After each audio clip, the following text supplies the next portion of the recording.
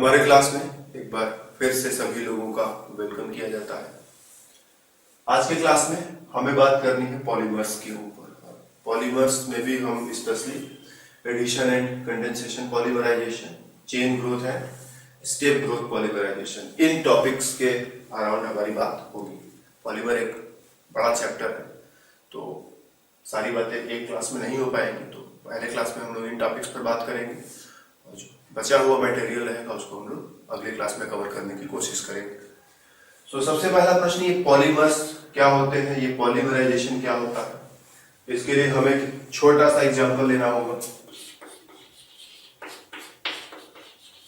इस मॉलिक्यूल को पहचानो।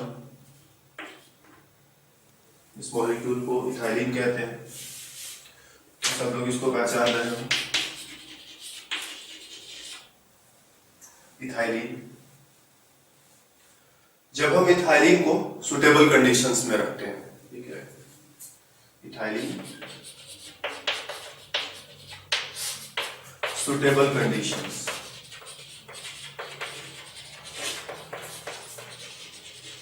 सुटेबल कंडीशन से हमारा क्या मतलब है? तो सुटेबल कंडीशन से हमारा मतलब है, हो सकता है हमें कोई कैटालिस्ट अप्लाई करना पड़े, हो सकता है हमें थोड़ा सा टेम्परेचर लगाना पड़े, मतलब थोड़ा गर्म करना पड़े, हो सकता है हमें कुछ प्रेशर अप्लाई करना पड़े, तो कैटालिस्ट, टेम्परेचर, प्रेशर वगैरह जब लगाएंगे तो वही हमारा सुटेबल कंडीशन होगा।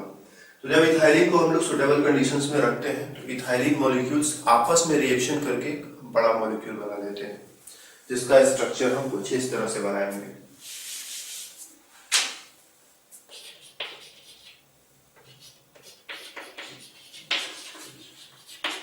इस तरह से CH2 जो लिखते चलेगा, दोनों तरफ हम डॉटेड लाइंस लगा दे रहे हैं, मतलब ये चेन जो है दोनों तरफ चलता है।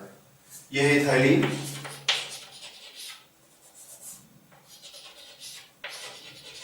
और ये है पॉलीइथाइलिन।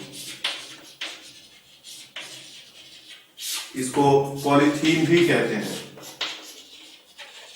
ये वही वाला पॉलीथीन है जो हम लोग बाजार में यूज करते हैं। याद करो, जब बाजार में सामान लेने जाते हो, झोला लेकर के नहीं पहुंचते हो और सामान घर तक लाना होता है, तो क्या होता है, दुकान वाले से कहते हैं कि भाई इसको थोड़ा पॉलीथीन बैग में भर दो, घर तक आराम से चला जाएगा। तो ये वही वाला पॉलीथीन है। इसको हम लोग केमिकल लैंग्वेज में पॉलीइथाइलिन कहते हैं और लोकल लैंग्वेज में पॉलीथीन कहते हैं।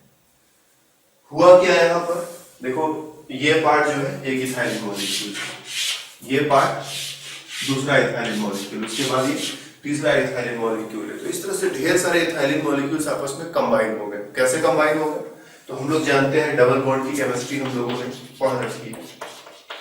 एल्कीन वाला चैप्टर जब हम डिस्कस कर रहे थे तो वहां पर हमने डबल बॉन्ड की केमिस्ट्री में बात तुम लोगों को बताया था कि डबल बॉन्ड जब भी रिएक्शन में पार्टिसिपेट करेगा, उसका बीच में से एक बॉन्ड तोड़ दो, डबल बॉन्ड से सिंगल बॉन्ड हो जाएगा और एक ग्रुप यहाँ पर और एक ग्रुप यहाँ पर लगा दो। तो एग्जैक्टली यहाँ पर बिल्कुल वही चीज हो रहा है। देखो, ये डबल बॉन्ड से सिंगल बॉन्ड हो गया और एक ग्रुप इस कार्बन पर, एक ग्रुप इस कार्बन पर, दोनों तरफ दो ग्रुप्स लगा दिए गए हैं। तो ये एडिशन रिएक्शन एक तरह से है। इथाइलिन को हम बोलेंगे एक मोनोमर है, पॉलीइथाइलिन को कहेंगे एक पॉलीमर है। मोनो मतलब सिंगल, पॉली मतलब ढेर सारे, मेनी, ठीक है, छोटा सा अकेला मॉलिक्यूल है। और वो क्या है, उसमें ढेर सारे मॉलिक्यूल्स मिलकर के एक बड़ा मॉलिक्यूल बना दिए।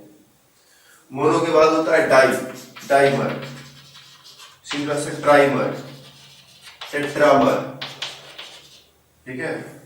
जब एक अकेला छोटा मॉलिक्यूल रहता है तो बोलते हैं ये मोनोमर।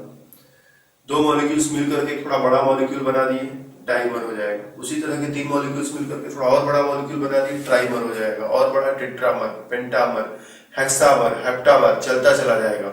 जब गिनती खत्म हो जाए तुम्हारी तो बोल देना कि अब ये पॉलीमर हो गया, ठीक है। तो मोनोमर से पॉलीमर बन गया। और ये जो प्रोसेस है जिसमें हम मोनोमर को पॉलीमर में कन्वर्ट कर देते हैं, वही है हमारा पॉलीमराइजेशन। तो सबसे पहले ये समझ लो मोनोमर क्या है, पॉलीमर क्या है और पॉलीमराइजेशन क्या है। मोनोमर मतलब एक छोटा मॉलिक्यूल, पॉलीमर मतलब छोटे छोटे ढेर सारे मॉलिक्यूल्स मिलकर के एक बड़ा मॉलिक्यूल बना देंगे। पॉलीमराइजेशन क्या है? प्रोसेस जिस प्रोसेस के थ्रू हमने मोनोमर को पॉलीमर में कन्वर्ट कर दिया। अब जैसे यहाँ पर हम लोगों ने इथाइलिन से पॉलीइथाइलिन बनाया, रिएक्शन को थोड़ा आसान तरीके से हम लिख करके तुमको दिखाते हैं। हम लोग लिखेंगे पॉलीमराइजेशन किया,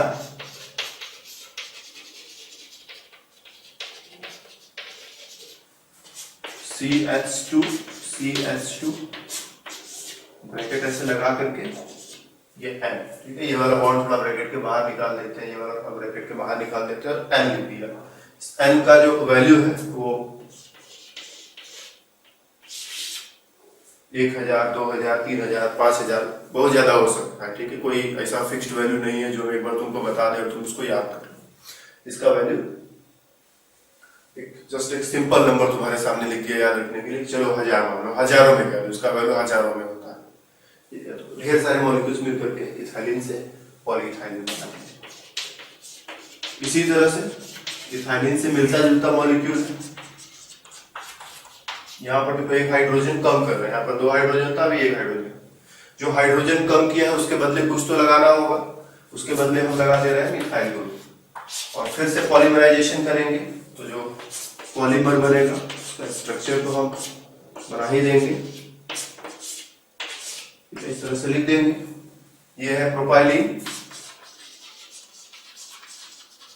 और ये है पॉलीप्रोपाइलीन। इसी तरह से अगर मिथाइल ग्रुप की जगह कोई दूसरा ग्रुप लगा दिया जाए, जैसे हम क्लोरीन एटम लगा दें और फिर से पॉलीमराइजेशन करवा दे तो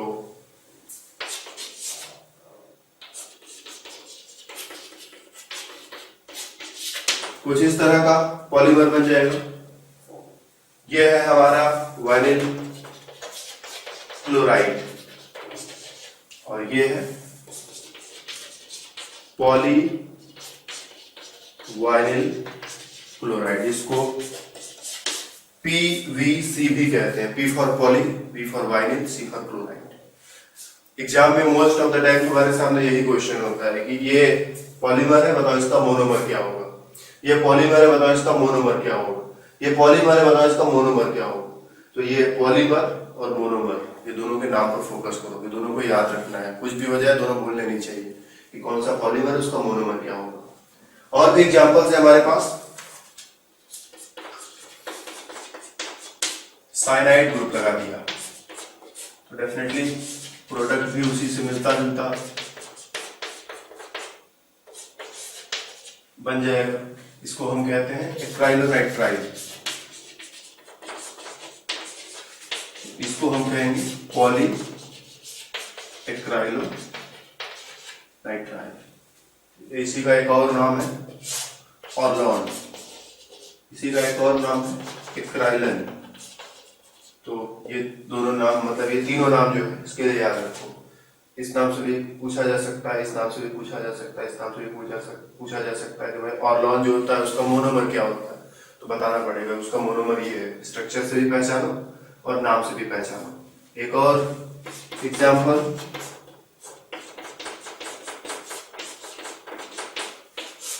फिर से पॉलीमराइजेशन करा दिया, फिर से जो पॉलीमर बनेगा उसका स्ट्रक्चर बनाओ।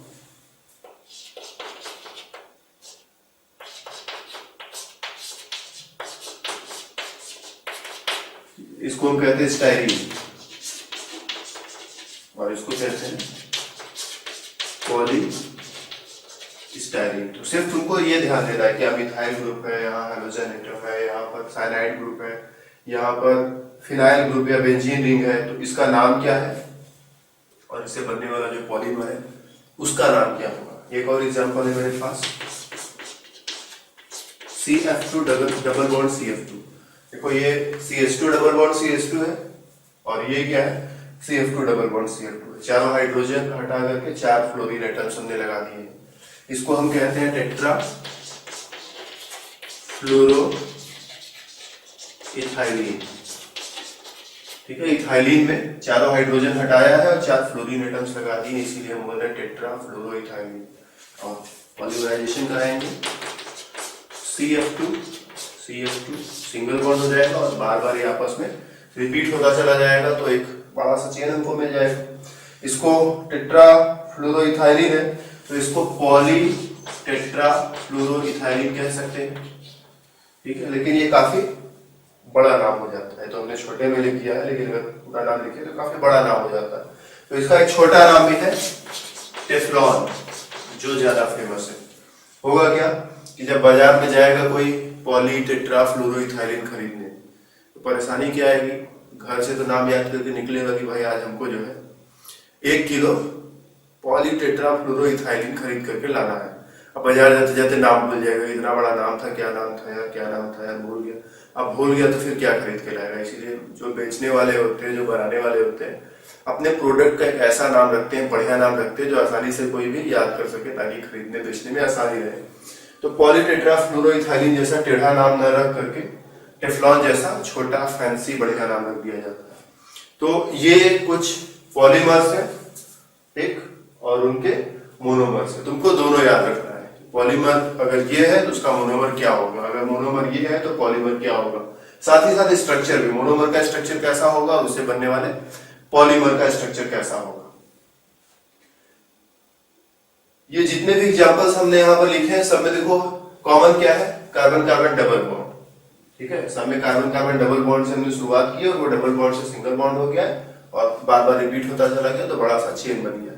इन सबको हम लोग रखते हैं एडिशन की कैटेगरी में, एडिशन पॉलीमराइजेशन, ठीक है। एडिशन क्यों कहा, सिंपल सी बात है कि कार्बन कार्बन डबल बॉन्ड है और बॉन्ड टूटा,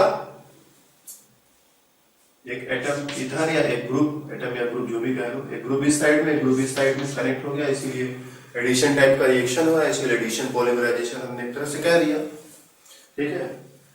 इसको एक और रीजन से हम लोग एडिशन बोलते हैं कि जब भी रिएक्शन होता है, एक मॉलिक्यूल दूसरे मॉलिक्यूल के साथ पूरी तरह से कंबाइन हो जाता है, कुछ भी बाहर नहीं निकला। उसके बाद तीसरा वाला आया, वो भी उसमें पूरी तरह से कंबाइन हो गया, चौथा वाला आया, वो भी पूरी तरह से कंबाइन हो गया, पांचवा वाला आया, वो भी पूरी तरह से कंबाइन हो गया।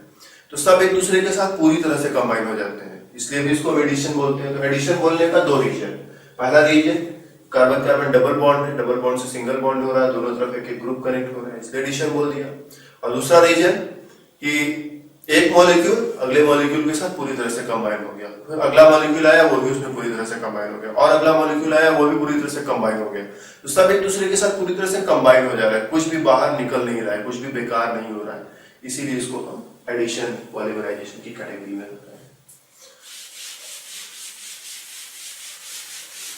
अब बात करेंगे हम लोग थोड़ी सी कंडेंसेशन पॉलीमराइजेशन की, और इसके लिए भी हम लोग एग्जाम्पल के साथ ही शुरुआत करेंगे।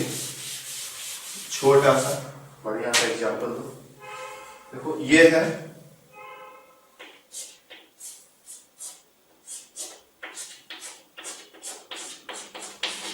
इस मॉलिक्यूल को हम लोग कहते हैं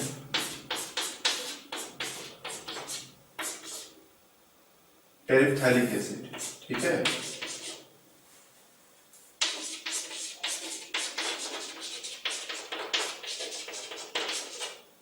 ये एक डाइकार्बोक्सिलिक एसिड है, डाइकार्बोक्सिलिक एसिड, इधर की तरफ भी एक कार्बोक्सिलिक ग्रुप है, इधर की तरफ भी एक कार्बोक्सिलिक ग्रुप है, इसलिए इसको हम डाइकार्बोक्सिलिक एसिड कह रहे हैं। इसके साथ हम रिएक्शन कराएंगे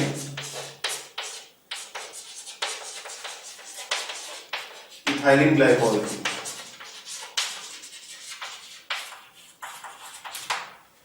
ठीक है।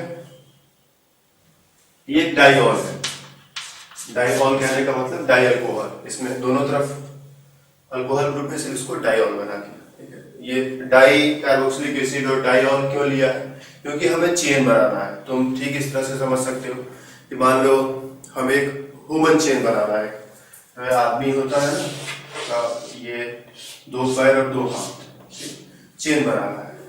फिर इसके इधर भी एक आदमी खड़ा कर दिया, इसका भी 2 हाथ है, तो ये दोनों अपना एक एक हाथ एक दूसरे के साथ पकड़ लेंगे। फिर उसके बाद बगल में एक और खड़ा कर दिया, ठीक है, इसका भी 2 हाथ 2 पैर होगा, तो ये अपने हाथ से इसका हाथ पकड़ लेगा, फिर ये वाला हाथ इसका फ्री रहेगा, तो तो जो नेक्स्ट वाला आएगा उसका हाथ को पकड़ लेगा। तो इस तरह से ये चेन बनता जाएगा। अब मान लो कि खुदा ना खास्ता जो है इसमें से एक बंदा ऐसा है जिसके पास जो है सिर्फ एक ही हाथ है, ठीक है। मान लो ये जो दूसरा वाला इंसान है इसका एक हाथ जो है किसी तरह से एक्सीडेंट में जो है शहीद हो गया, अब इसके पास सिर्फ एक ही हाथ बचा है, तो ये चेन तो नहीं बन पाएगा, ये चेन इसी जगह बंद हो जाएगा, चेन इसके आगे नहीं बढ़ पाएगा क्योंकि हाथ पकड़ करके चेन बनाने का कंडीशन था यहाँ पर। तो अगर चेन को बढ़ाना है तो सबके पास दो दो हाथ होना जरूरी है। तो बिल्कुल वही चीज यहाँ पर भी है कि रिएक्शन होगा और हम चाहते हैं कि रिएक्शन बार बार होता है, एक ने दूसरे से रिएक्शन किया, फिर आगे एक बार रिएक्शन हो, फिर आगे एक बार रिएक्शन हो, फिर आगे एक बार रिएक्शन हो, तो उसके लिए क्या जरूरी है, सबके पास दो दो हाथ है। तो होगा क्या, ये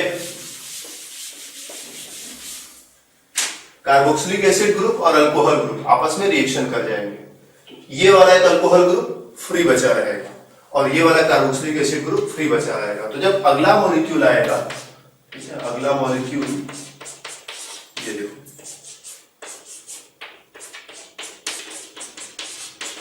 ये अगला मॉलिक्यूल आएगा तो ये दोनों आपस में रिएक्शन कर जाएंगे, ठीक।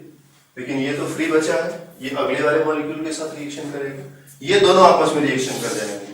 फिर ये वाला फ्री बचा रहेगा जो अगले वाले अल्कोहल मॉलिक्यूल के साथ रिएक्शन करेगा। तो इसीलिए जो है अगर पॉलीमर बनाना है या बार बार रिएक्शन कराते चले जाना है तो कम से कम दो हाथ जरूर होने चाहिए। तीन भी रहे तो कोई प्रॉब्लम नहीं है, तीन रहेगा तो और अच्छा चेन बनेगा और बढ़िया चेन बनेगा, लेकिन कम से कम दो जरूर होने चाहिए। इसीलिए डाइकार्बोक्सिलिक एसिड और डाइऑल। जब रिएक्शन होगा, रिएक्शन बहुत ही सिंपल है, हम लोगों ने कार्बोक्सिलिक एसिड वाले चैप्टर में रिएक्शन देखा हुआ है कि अगर एक कार्बोक्सिलिक एसिड और एक अल्कोहल हो तो दोनों आपस में रिएक्शन करते हैं, पानी का एक मॉलिक्यूल बाहर निकलता है, ठीक है, इसका OH और इसका हाइड्रोजन मिलकर के बाहर निकल जाएगा और बाहर निकलेगा तो कुछ इस तरह का प्रोडक्ट बनेगा जिसको हम लोग बोलते हैं एस्टर। तो यहाँ पे बिल्कुल वही रिएक्शन होगा, ठीक है। एक बार यहाँ पर होगा तो एक एस्टर ग्रुप बनेगा, फिर यहाँ पर होगा तो दूसरा एस्टर ग्रुप बनेगा, फिर होगा तो तीसरा, चौथा, पांचवा, छठवां, खूब ढेर सारे एस्टर ग्रुप बनेंगे। तो जो फाइनल प्रोडक्ट बनेगा इसको हम लिखेंगे ये क्या है, पॉलीएस्टर है, ठीक है। पॉलीएस्टर क्लास है, नाम नहीं है, ठीक है ना, पॉलीएस्टर क्लास है। जैसे हम लोगों का क्लास क्या है, इंसान है, कोई बोल दे कि वह इंसान है तो ठीक है, वो इंसान जरूर है, लेकिन इंसान उसका नाम नहीं, वो क्लास है, वो जो है बंदर नहीं है, इंसान है। तो पॉलीएस्टर भी उसका क्लास है। तो नाम इसका क्या है, इन दोनों से जो अपना पॉलीएस्टर बनेगा उसका नाम है टेरिलीन, ठीक है, टेरिलीन। क्या लिख दिया,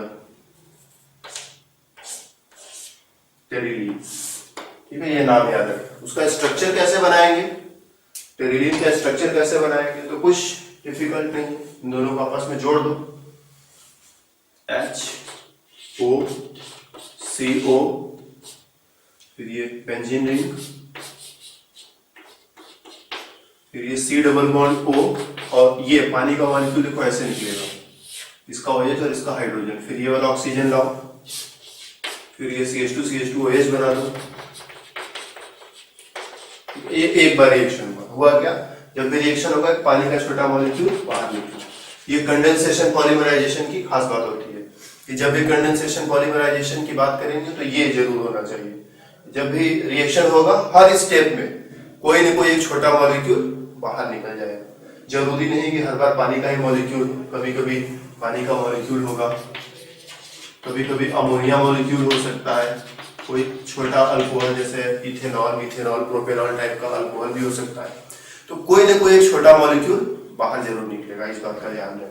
यहाँ पर कौन सा मॉलिक्यूल बाहर निकला है, पानी का मॉलिक्यूल। इसी तरह से फिर से दोनों रिएक्शन करेंगे तो इसको आगे और भी बढ़ा सकते हैं। ये वाला ऑक्सीजन रहेगा, ये H और OH बाहर निकल जाएगा तो ये C डबल बॉन्ड O, तो C डबल बॉन्ड O, फिर उसके बाद बेंजीन रिंग है, ठीक है, और फिर से C डबल बॉन्ड O, और ये वाटर मॉलिक्यूल फिर यहां से भी बाहर निकल जाएगा। तो ये ऑक्सीजन CH2OH, तो ऑक्सीजन CH2 OH, ठीक है। तो इस तरह से ये बढ़ता चला जाएगा, बढ़ता चला जाएगा, ठीक है। इसको बढ़ाना हो तो क्या करो, देखो इसका केवल हाइड्रोजन जा रहा है अल्कोहल वाले का, तो ये हाइड्रोजन हटाओ और डॉट डॉट कर दो, और कार्बोक्सिलिक एसिड वाले साइड से पूरा का पूरा OH जाता है, तो OH हटाओ, डॉट डॉट कर दो, ठीक है। तो इस तरह से इसका स्ट्रक्चर हो जाएगा। इसका OH निकल रहा है इसीलिए OH हटा देगा, उसका केवल हाइड्रोजन जाता है, देखो इसका केवल हाइड्रोजन जाता है, तो हाइड्रोजन हटा के डॉटेड कर दिया आगे। ये है अपना पॉलीएस्टर टेरिलीन का स्ट्रक्चर 2 यूनिट तक, ठीक है। ध्यान से देखो, यहां से लेकर के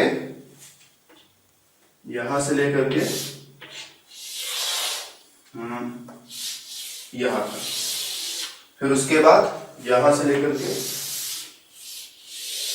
यहां, ठीक है। जो यहां से यहां तक जो स्ट्रक्चर है, फिर से आगे वही स्ट्रक्चर दोबारा आया, फिर से वही स्ट्रक्चर तीसरी बार, चौथी बार, पांचवी बार, कई बार आता चला जाएगा।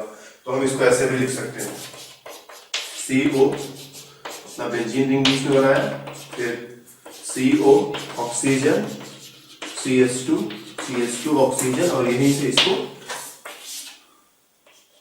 n टाइम्स कर दिया, ठीक है। ध्यान रहे इस तरह से इसको आराम से हम चाहे तो वैसा बड़ा सा लिखे और चाहे तो ऐसा छोटा सा लिख करके अपना काम कर देते हैं। n का मतलब समझने वाले समझ जाते हैं कि n मतलब को ढेर सारा होगा। तो पॉलीएस्टर जो है टेरिलीन, उसका स्ट्रक्चर उस तरह से छोटे वाले फॉर्म में उस तरह से बना सकते हो, बड़े वाले फॉर्म में 2 यूनिट बना करके छोड़ दो, उसे बनाने के लिए जो है कॉपी में जगह नहीं बच पाता है। तो इस तरह से ये कंडेंसेशन पॉलीमराइजेशन का एग्जांपल हो गया। जब भी रिएक्शन होगा, हर बार जितने स्टेप में रिएक्शन होगा, हर बार एक छोटा सा मॉलिक्यूल, कोई ना कोई छोटा मॉलिक्यूल बाहर जरूर निकलेगा, ठीक है। कंडेंसेशन में एक और क्लास है पॉलीएमाइड्स। कंडेंसेशन में भी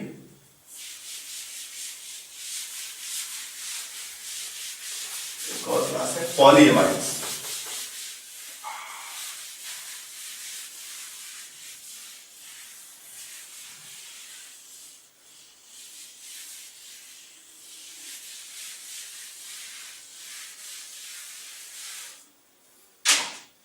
हमारे हाथ में थोड़ी तकलीफ है, इसलिए मिटाने में जो है थोड़ा थोड़ा दर्द हो रहा है, इसलिए बहुत आराम से धीरे धीरे हमने मिटाया।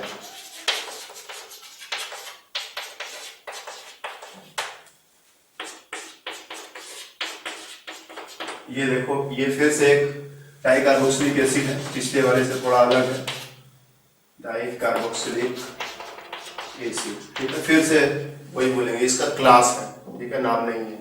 नाम इसका कॉमन नेम एडिपिक एसिड, ठीक है। IUPAC नाम लिखना चाहोगे तो 1 2 3 4 5 6 कार्बन है, तो हेक्सेन डाइओइक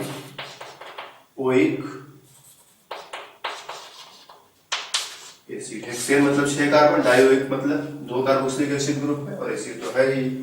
IUPAC नेम, ये कॉमन नेम और इसका क्लास। इसका रिएक्शन जब हम करा देते हैं डाइएमीन के साथ,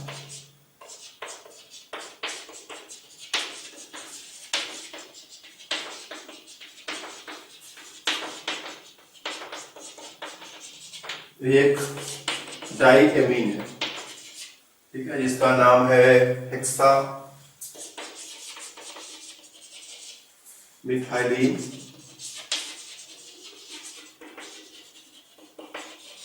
डाइएमीन, ठीक है। हेक्सा मिथाइलिन डाइएमीन, हेक्सा मतलब 6, क्या चीज है 6, तो ये 1 2 3 4 5 6 कार्बन एटम्स है बीच में। डाइएमीन मतलब ये जो एमीन ग्रुप देख रहा है वो 2 बार है, एक बार इधर एक बार उधर, और फिर से 2 बार क्यों लिया है, जो पिछला एक्सप्लेनेशन है वही एक बार फिर से हम कहेंगे। ये 2 बार इसलिए लिया ताकि चेंज जो है बढ़ता चला जाए।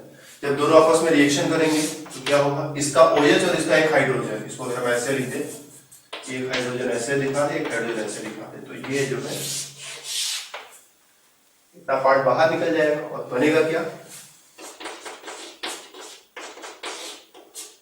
फिर ये CH2 जो है 4 बार है, तो हम ऐसा लिख देते हैं, 4 बार लिख देते हैं, कौन इतना मेहनत करेगा। फिर C डबल बॉन्ड O है, तो C डबल बॉन्ड O, फिर आगे NH है, तो NH, फिर ये मिथाइलिन ग्रुप जो है 6 बार है, तो इसी में अपना जो है ऐसे करके 6 बार कर दिया। फिर लास्ट में एक NH2 ग्रुप है, उसको ऐसे लिख देना, ओपन करके लिख देना, ठीक है। ये एक बार रिएक्शन हुआ, एक मॉलिक्यूल जो है पानी का बाहर निकल गया। जब बार बार रिएक्शन होगा तो ये रिपीट होता चला जाएगा और लास्ट में अपना स्ट्रक्चर कुछ ऐसा, ठीक है। इसका हाइड्रोजन खत्म होता है, देखो इसका हाइड्रोजन छोड़ना पड़ता है तो हाइड्रोजन को ब्रैकेट के बाहर छोड़ दो, इसका OH ग्रुप छोड़ना पड़ता है तो OH को ब्रैकेट के बाहर छोड़ दो और ऐसे यहाँ पर N लिख दो। ये बार बार रिएक्शन होगा और ये लास्ट में हमें ये स्ट्रक्चर मिलेगा जो हमारा पॉलीएमाइड क्लास में आएगा। पॉलीएमाइड, ये C डबल बॉन्ड O, फिर ये नाइट्रोजन, इसको हम एमाइड बॉन्ड बोलते हैं, तो ये पॉलीएमाइड क्लास में है। नाम इसका नायलॉन 6,6। एग्जाम में बहुत ही फेमस क्वेश्चन होता है कि 6 और 6 का मतलब क्या है। तो 6 और 6 का मतलब ये है कि दोनों मोनोमर्स जो है दोनों में 6 कार्बन एटम्स है। देखो उसमें 6 कार्बन एटम्स है, 1 2 3 4 5 6, और इसमें भी 6 कार्बन एटम्स है। देखो 1 2 3 4 5 6, तो दोनों में 6 कार्बन एटम्स है, इसलिए नायलॉन 6,6 है। जैसे नायलॉन 6,6 है वैसे नायलॉन 7,7 भी हो सकता है, नायलॉन 5,5 भी हो सकता है, नायलॉन 4,4 भी हो सकता है। लेकिन जो कॉमर्शियली यूजफुल है, कॉमर्शियली मतलब जो आसानी से बना करके बेचा जा सकता है, कम दाम में बन जाए, आसानी से लोगों के पास पहुंच जाए, वो है नायलॉन 6,6। ठीक है, इसी से मिलता जुलता एक पॉलीमर है नायलॉन 6, ठीक है, वो भी पॉलीएमाइड क्लास में ही आता है। लेकिन इसमें और उसमें डिफरेंस क्या है, इसमें 2 6 है, इसने 2 छक्के लगाए हैं और उसने सिर्फ 1 छक्का लगाया है, मतलब उसमें सिर्फ एक मोनोमर है और उसके पास सिर्फ 6 कार्बन है। उस मोनोमर का स्ट्रक्चर क्या होगा, मोनोमर का स्ट्रक्चर कुछ ऐसा है, C double bond O NH, 1 2 3 4 5 6 carbon हो गए, ऐसा बंद कर दिए। ठीक है, देखो 1 2 3 4 5 6 कार्बन एटम्स है टोटल। इसको हम कहते हैं कैप्रोलैक्टम। कैप्रोलैक्टम, कैप्रोलैक्टम में ये जो लैक्टम पार्ट है, लैक्टम का मतलब होता है एमाइड है, ठीक है, एमाइड है, लेकिन साइक्लिक एमाइड है, ओपन चेन नहीं है, साइक्लिक एमाइड होता है तो लैक्टम लिखते हैं। और कैप्रो मतलब इसका जो पेरेंट एसिड होता है वो कैप्रोइक एसिड होता है, कैप्रोइक एसिड से कैप्रोलैक्टम बनता है, इसलिए इसको हम कैप्रोलैक्टम कह रहे हैं। ठीक है, कैप्रोइक एसिड का भी स्ट्रक्चर तुम्हारे लिए बना देते हैं, ये देखो कुछ करना नहीं है, बस इस बॉन्ड को यहां से तोड़ दो तो C डबल बॉन्ड O हो जाएगा और ये NH पर NH है, नाइट्रोजन एक हाइड्रोजन, ठीक है, बीच में क्या है 1 2 3 4 5 कार्बन का चेन है, 1 2 3 4 5, ठीक है, और यहाँ पर एक OH लगा दो, यहाँ पर एक और हाइड्रोजन लगा दो, तो यही है अपना कैप्रोइक एसिड। जो ये वाटर मॉलिक्यूल जब बाहर निकल जाता है तो कैप्रोलैक्टम बन जाता है, कैप्रोइक एसिड इन कैप्रोलैक्टम। और जब हम कैप्रोलैक्टम में थोड़ा सा पानी मिला करके उसको गर्म करते हैं, ठीक है, तो ये पॉलीमराइज हो जाता है, मतलब कैप्रोलैक्टम में थोड़ा सा पानी मिलाकर गर्म करते हैं तो पॉलीमराइज हो जाता है। पॉलीमराइज होने का मतलब फिर से ढेर सारे मॉलिक्यूल आपस में मिलकर के बड़ा सा मॉलिक्यूल बना लेंगे। इसका स्ट्रक्चर कैसा होगा, इसका स्ट्रक्चर कुछ ऐसा होगा, कुछ करना नहीं है, बस C double bond O NH को यहां से तोड़ दो, इस बॉन्ड को C डबल बॉन्ड O, ठीक, फिर उसके बाद क्या है NH है, लेकिन ये बॉन्ड टूट चुका है तो C डबल बॉन्ड के पीछे 1 2 3 4 5 कार्बन है, तो हम CH2 5 टाइम्स लिख दे रहे हैं, फिर ये NH है तो ये N और ये H को ऐसे लिख दे रहे हैं और इसको ऐसे करो, ब्रैकेट में बंद करो और N टाइम्स लिख दो, तो ये है अपना नायलॉन 6 का स्ट्रक्चर। ठीक है, अब नायलॉन 6 को हम लोग किस क्लास में रखें, एडिशन में रखें या कंडेंसेशन में रखें। ठीक है, प्रश्न है कि इसको एडिशन में रखा जाए कि कंडेंसेशन में रखा जाए। तो अगर नेचर वाइज देखा जाए तो इसका नेचर जो है नायलॉन 6 से मिलता है, कंडेंसेशन में रखना चाहिए। लेकिन कोई छोटा मॉलिक्यूल बाहर निकला क्या तो आंसर है नहीं। इसमें क्या हो रहा है, जब भी रिएक्शन हो रहा था तो इसका OH ग्रुप और अगले वाले का एक हाइड्रोजन मिल करके, ठीक है, एक पानी का मॉलिक्यूल मतलब एक छोटा मॉलिक्यूल बाहर निकल रहा था, लेकिन उसमें तो कुछ भी बाहर नहीं निकला जब ये बना है। ठीक है, तो कुछ भी बाहर नहीं निकला, तो जब कुछ भी बाहर नहीं निकला तो उसको कंडेंसेशन में कैसे रखें। ठीक है, कंडेंसेशन का डेफिनेशन हमने बताया कि जितने स्टेप में रिएक्शन होगा हर स्टेप में एक छोटा मॉलिक्यूल बाहर निकलेगा। तो वहां तो छोटा मॉलिक्यूल बाहर निकला नहीं, तो उसको किस में रखें हम, कंडेंसेशन में रखें कि एडिशन में रखें? तो आंसर उसको हम अगर बहुत स्ट्रिक्टली बात करें तो एडिशन में रखना चाहिए, लेकिन दिख किसके टाइप का रहा, दिख रहा है कंडेंसेशन टाइप का। तो इस प्रॉब्लम को हटाने के लिए दो और वर्ड्स है हमारे पास, chain growth and step growth polymerisation. ठीक है, चेन ग्रोथ रफली एडिशन को दिखाता है और स्टेप ग्रोथ रफली कंडेंसेशन को दिखाता है। कैसे, इसके लिए हमें मैकेनिज्म में जाना होगा कि पॉलीमराइजेशन का मैकेनिज्म क्या है। कि मैकेनिज्म पर जाने से पहले फिर से वही बात बोल दें कि पॉलीमर्स का नाम और उनका जो मोनोमर है उसका नाम और स्ट्रक्चर ये सब याद रखना चाहिए। नायलॉन 66 इसके मोनोमर्स क्या है, उसका नाम और स्ट्रक्चर। उसके पहले जो बताया था टेरिलीन, उसका भी नाम और स्ट्रक्चर, मोनोमर्स का नाम और स्ट्रक्चर सब कुछ याद रहना चाहिए। पॉलीमराइजेशन का मैकेनिज्म,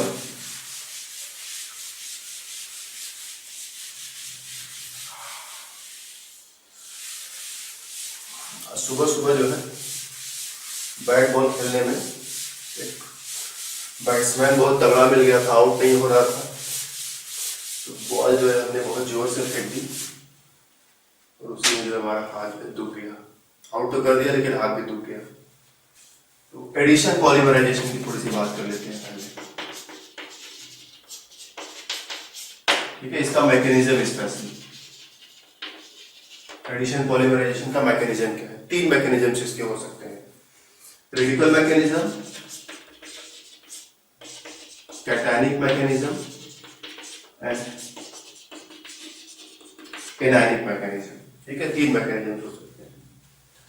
जैसे मान लो अपने पास एक इस टाइप का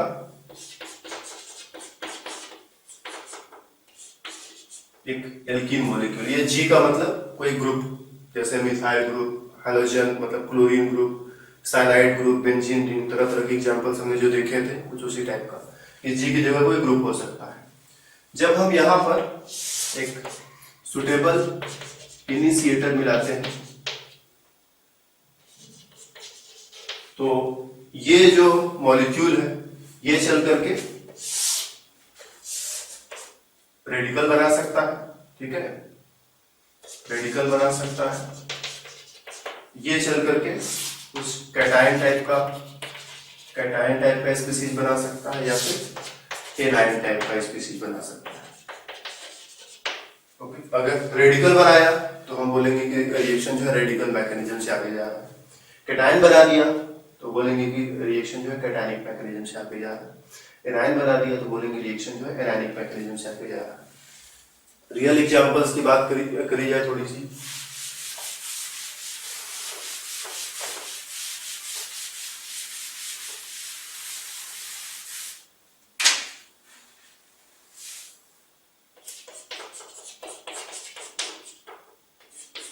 इसके साथ हमने कुछ ऐसा लगाया, कुछ ऐसा रिएजेंट लगाया जिसने फ्री रेडिकल जनरेट कर दिया। अब ये फ्री रेडिकल क्या करेगा, इसके ऊपर अटैक करेगा।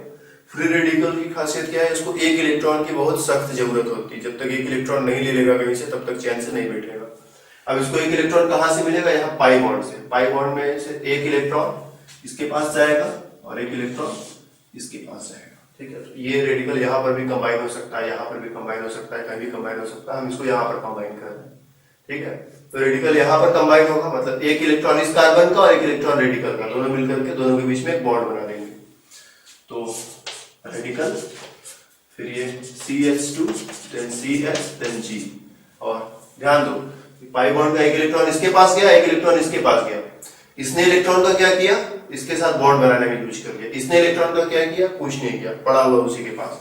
तो एक इलेक्ट्रॉन इसके पास पड़ा हुआ है, तो इसका मतलब जो रेडिकल यहां था अभी वो यहां चला गया। फिर से क्या होगा, फिर से एक और एल्कीन मॉलिक्यूल आएगा, उसके साथ भी वही होगा। फिर से ये रेडिकल कंबाइन होगा, यहां पर जी लगा देते हैं। ओके, तो ये रेडिकल फिर से इसी तरह से कंबाइन होगा। तो अब क्या हो जाएगा, R CH2CHG और ये कार्बन इस कार्बन से कनेक्ट हो जाएगा तो CH2 फिर CHG और रेडिकल यहां पर आ जाएगा। फिर थोड़ी देर बाद एक और एल्कीन मॉलिक्यूल आकर के इसी में कंबाइन होगा। ठीक है, ये इसके साथ कंबाइन करेगा तो फिर से ये वाला कार्बन इस वाले कार्बन के साथ कंबाइन हो जाएगा और रेडिकल यहाँ पर आ जाएगा। तो जो अगला मिलेगा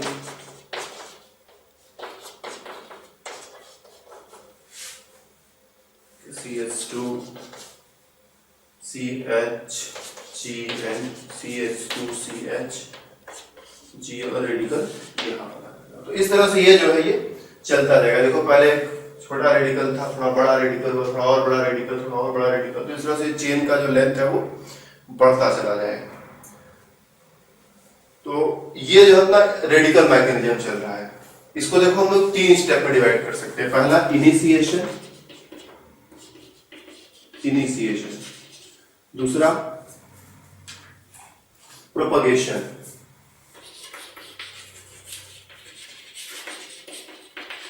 और तीसरा टर्मिनेशन। इनिशिएशन का मतलब ये, किसी तरह से रेडिकल बनाओ, जब तक रेडिकल नहीं बनेगा रिएक्शन शुरू नहीं होगा। इनिशिएशन का मतलब रिएक्शन स्टार्ट करना है, तो किसी तरह से रेडिकल बनाओ।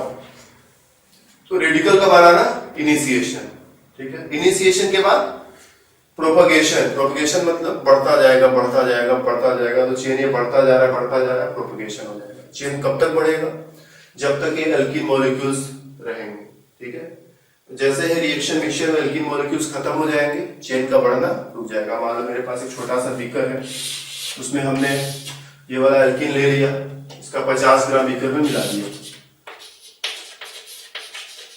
ठीक है। तो 50 ग्राम में खूब ढेर सारे मॉलिक्यूल्स होंगे, ओके। चलो मान लेते हैं इसका मॉलिक्यूलर वेट 50 है। मॉलिक्यूलर वेट 50 है मतलब 1 मोल हो जाएगा, करेक्ट। 1 मोल मतलब 6.023 × 10⁻23 मॉलिक्यूल।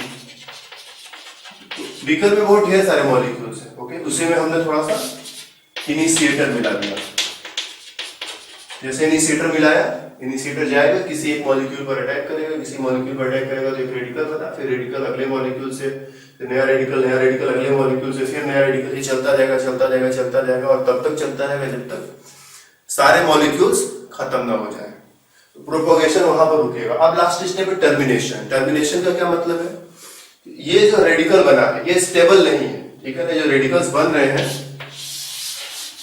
ये स्टेबल नहीं है, इसको भी एक इलेक्ट्रॉन की जरूरत है, ठीक है। किसी तरह से इसको स्टेबल बनाओ, तब जा करके काम पूरा होगा और हम बोलेंगे अब टर्मिनेट हो गया, काम पूरा हो गया। तो स्टेबल बनने का क्या तरीका है? मान लो 2 रेडिकल्स है एक्स और वाई, ठीक है। इसको भी एक इलेक्ट्रॉन की जरूरत है, इसको भी एक इलेक्ट्रॉन की जरूरत है, तो ये भी अपना वाला इलेक्ट्रॉन बीच में रख दे, ये भी अपना वाला इलेक्ट्रॉन बीच में रख दे, दोनों के बीच में बॉन्ड बन जाए। तो एक बहुत ही सिंपल सा तरीका हो गया। तो इस मैकेनिज्म से ये टर्मिनेट हो जाते हैं कि अंत में जितने भी रेडिकल्स रहते हैं, मान लो 50 रेडिकल्स बने हैं, तो 2-2 रेडिकल्स आपस में कंबाइन होकर के 25 मॉलिक्यूल बना देते हैं। तो लास्ट स्टेप में रेडिकल्स जो जाकर के कंबाइन हो जाते हैं, कंबाइन होकर के फाइनली पॉलीमर मॉलिक्यूल बना देते हैं, और हम बोलते हैं कि टर्मिनेशन हो गया। तो जब भी मैकेनिज्म देखेंगे उसमें 3 step, initiation, propagation and termination. चाहे मैकेनिज्म ये वाला हो, चाहे मैकेनिज्म ये वाला हो, चाहे मैकेनिज्म ये वाला हो, तीनों में ये 3 स्टेप्स होंगे। रेडिकल में भी तीनों स्टेप्स, कैटायनिक में भी तीनों स्टेप्स, और एनायनिक में भी तीनों स्टेप्स। इस मैकेनिज्म को हम कहते हैं चेन ग्रोथ पॉलीमराइजेशन, ठीक है। चेन ग्रोथ क्यों बोला? क्योंकि एक बार शुरू हुआ तो फिर ये चेन बढ़ता चला जाएगा, ये रुकेगा नहीं कहीं। क्यों नहीं रुकेगा? क्योंकि ये स्टेबल नहीं है, ये स्टेबल नहीं है, ये स्टेबल नहीं है। जब कोई चीज स्टेबल रहता है तभी रुकता है, स्टेबल नहीं है तो वो रुकेगा नहीं, फिर वो तुरंत अगले वाले से रिएक्शन कर जाएगा, फिर अगला वाला भी स्टेबल नहीं तो अगले वाले से रिएक्शन कर जाएगा, उससे अगला वाला भी स्टेबल नहीं है उससे अगले वाले से रिएक्शन कर जाएगा। इसलिए इसको बोलते हैं चेन ग्रोथ की। एक बार रिएक्शन जब शुरू हो गया तो अब तब तक नहीं रुकेगा जब तक कि इस रिएक्शन मिक्सचर में से सारे के सारे मॉलिक्यूल्स खत्म ना हो जाए, इसीलिए इसको हम बोलते हैं चेन ग्रोथ। स्टेप ग्रोथ मिटा दिया हमने, ठीक है, नाम याद है हमको भी तुमको भी। स्टेप ग्रोथ, स्टेप ग्रोथ का मतलब कि इस तरह का कोई अनस्टेबल इंटरमीडिएट नहीं बनेगा, ठीक है। वहां पर स्टेबल मॉलिक्यूल्स बनेंगे। हर स्टेप के बाद क्या होगा कि स्टेबल मॉलिक्यूल बनेगा। तो जो हम लोगों ने देखा था पॉलीएस्टर और पॉलीइमाइड वाला, अगर पॉलीएस्टर वाले को थोड़ा याद दिलाएं, ठीक है। चलो, ये बोर्ड का लंबाई जो है हम कितना भी बढ़ा देते हैं, बोर्ड अंतिम में हमको छोटा पड़ ही जाता है। चलो कोई बात नहीं, इसी पर एडजस्ट किया जाए। ओके, तो ये है अपना डाई कार्बोक्सिलिक एसिड और ये है डायऑन।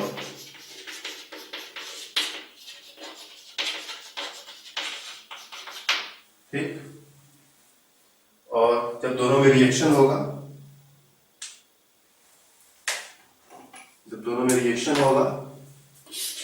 तो पानी का एक मॉलिक्यूल बाहर निकला। ध्यान रखिए, ये भी स्टेबल मॉलिक्यूल है, ये भी स्टेबल मॉलिक्यूल है, और इन दोनों से जो प्रोडक्ट बनेगा वो भी एक स्टेबल मॉलिक्यूल ही होगा।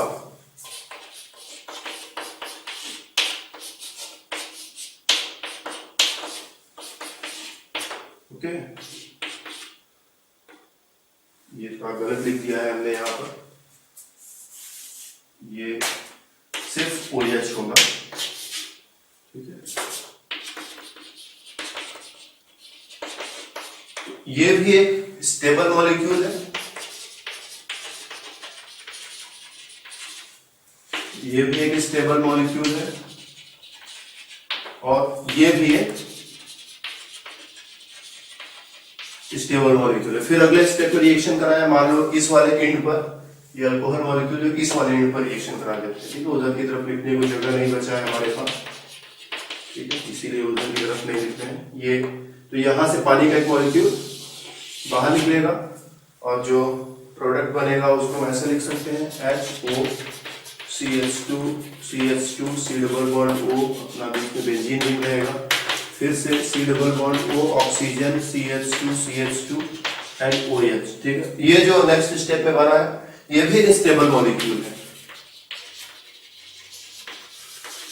ठीक है। तो यहां पर भी रिएक्शन बहुत सारे स्टेप्स में हो रहा है, लेकिन हर स्टेप का जो प्रोडक्ट है वो एक स्टेबल मॉलिक्यूल है, ठीक है। तो स्टेबल मॉलिक्यूल होने का फायदा क्या है, हम जहां पर भी चाहे वहीं पर रिएक्शन रोक सकते हैं। सिर्फ क्या करना है, जैसे मान लो रिएक्शन 120 डिग्री पर हो रहा था, टेम्परेचर को जो है 100 डिग्री कर दो, 20 डिग्री टेम्परेचर को कम कर दो, टेम्परेचर कम करते रिएक्शन अपने आप बंद हो जाएगा।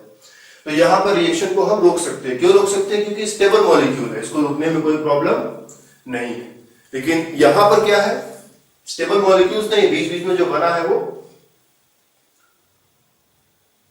इंटरमीडिएट है, अनस्टेबल इंटरमीडिएट। तो वहां पर हर स्टेप में एक स्टेबल मॉलिक्यूल बन रहा है, जबकि यहां पर हर स्टेप में एक अनस्टेबल इंटरमीडिएट बन रहा है। तो इस तरह से यहां पर ये रिएक्शन नहीं रुकेगा, नहीं रुकेगा, चलता जाएगा चलता जाएगा चलता जाएगा। तो इसको बोलेंगे कि ये कैसा ग्रोथ है, चेन ग्रोथ है, ठीक है। और इसी को बोलते हैं चेन ग्रोथ पॉलीमराइजेशन। और यहाँ पर रिएक्शन को किसी भी स्टेप में रोका जा सकता है। तो ये है अपना स्टेप ग्रोथ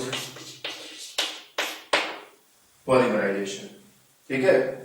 तो चेन ग्रोथ और स्टेप ग्रोथ दो तरह के पॉलीमराइजेशन के मैकेनिज्म्स होते हैं, ठीक है। क्योंकि नाम के हिसाब से देखा जाए तो एडिशन और कंडेंसेशन, और अगर मैकेनिज्म के हिसाब से देखा जाए तो चेन ग्रोथ और स्टेप ग्रोथ। एडिशन मतलब आपस में कनेक्ट हो गए, बाहर कुछ भी नहीं निकला। कंडेंसेशन मतलब हर स्टेप में एक छोटा मॉलिक्यूल बाहर निकलेगा। और अगर जब मैकेनिज्म की बात करने लगते हैं तो कहते हैं कि भाई मैकेनिज्म में हर स्टेप में अगर एक अनस्टेबल इंटरमीडिएट बन रहा है तो ये अपना चेन ग्रोथ होगा, और हर स्टेप में अगर एक स्टेबल मॉलिक्यूल बन रहा है, स्टेबल मॉलिक्यूल बन रहा है तो अपना स्टेप ग्रोथ पॉलीमराइजेशन होगा। तो जो एडिशन का मैकेनिज्म है वो चेन ग्रोथ मैकेनिज्म है, और जो कंडेंसेशन का मैकेनिज्म है वो क्या है, स्टेप ग्रोथ मैकेनिज्म है। अब जरा नायलॉन 6 की बात करो। सारा लफड़ा जो है नायलॉन 6 का ही तो है, उसी के लिए हमको इतना जो है बोलना पड़ा है। नायलॉन 6 की बात फिर से करो। देखो ये है अपना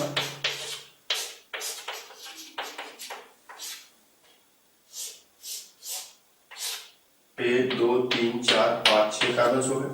जब इस पर एक पानी का मॉलिक्यूल अटैक करता है, ठीक है, ये पानी का मॉलिक्यूल इस पर अटैक करता है, तब जाकर के वाला बॉन्ड टूटता है।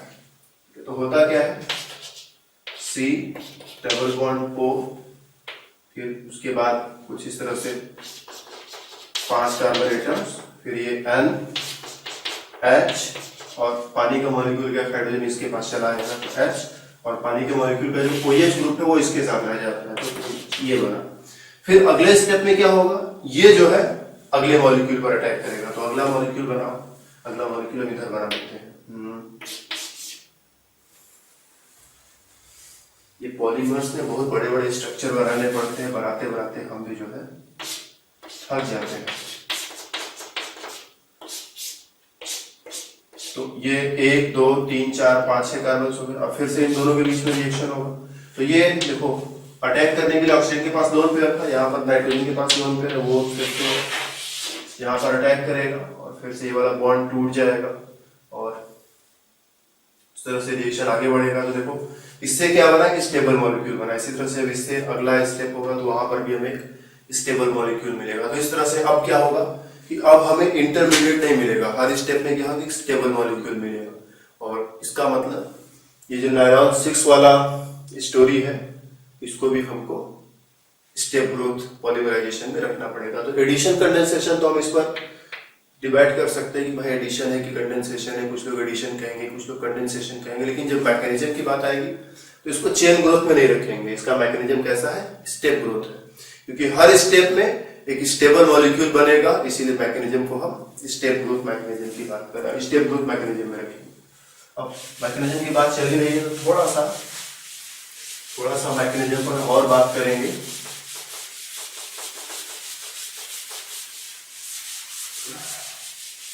स्पेशली चेन ग्रोथ मैकेनिज्म की बात हमें थोड़ी सी और करनी है। तो चेन ग्रोथ में जैसा कि हमने कहा हमारे पास 3 मैकेनिज्म है, रेडिकल, कैटायनिक और एनायनिक। ठीक है, रेडिकल वाला मैकेनिज्म हमने थोड़ा सा देखा, लेकिन वो भी पूरी तरह से नहीं देखा। जैसे पहला प्रश्न, रेडिकल जो सबसे पहले लाए थे वो रेडिकल कहाँ से आया, अपने से तो नहीं आना चाहिए, कुछ न कुछ तो हमें करना पड़ेगा। तो यस, हमें ऐसा रिएजेंट चूज करना पड़ेगा जो रेडिकल बना सके, और वो रिएजेंट क्या होते हैं, परऑक्साइड्स। किसी न किसी क्लास में हमने जरूर कहा होगा कि ऑक्सीजन सिंगल बॉन्ड को परऑक्साइड बॉन्ड बोलते हैं।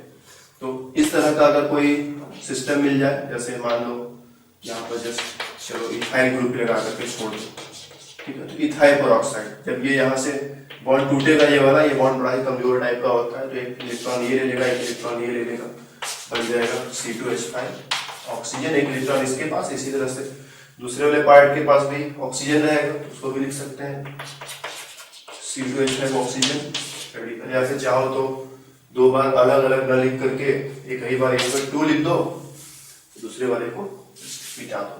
तो इस तरह से परऑक्साइड्स जो है वो रेडिकल बनाने का काम करते हैं। इसके अलावा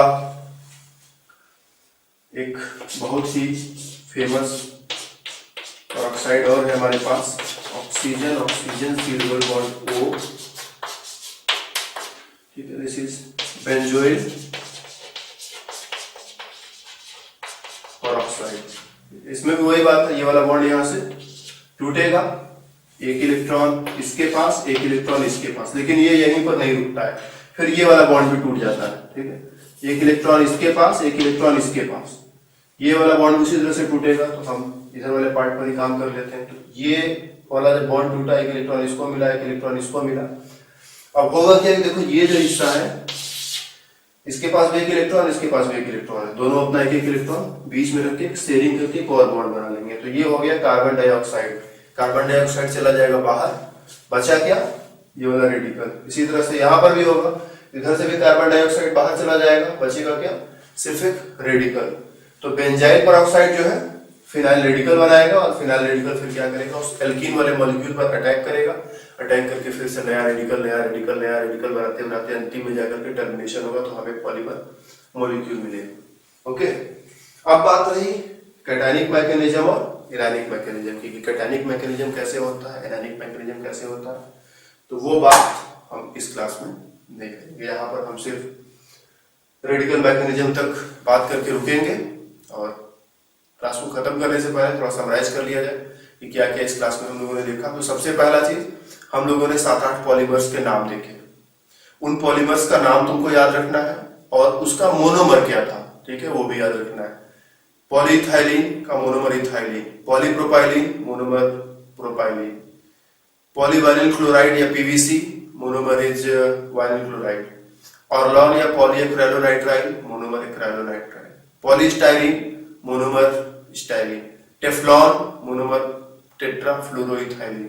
उसके अलावा कंडेंसेशन में हम लोगों ने 2 पॉलीमर्स देखे थे, टेरिलीन जो कि पॉलीएस्टर क्लास का था, उसमें हमारे पास था टेरिथैलिक एसिड और इथाइलिन ग्लाइकॉल।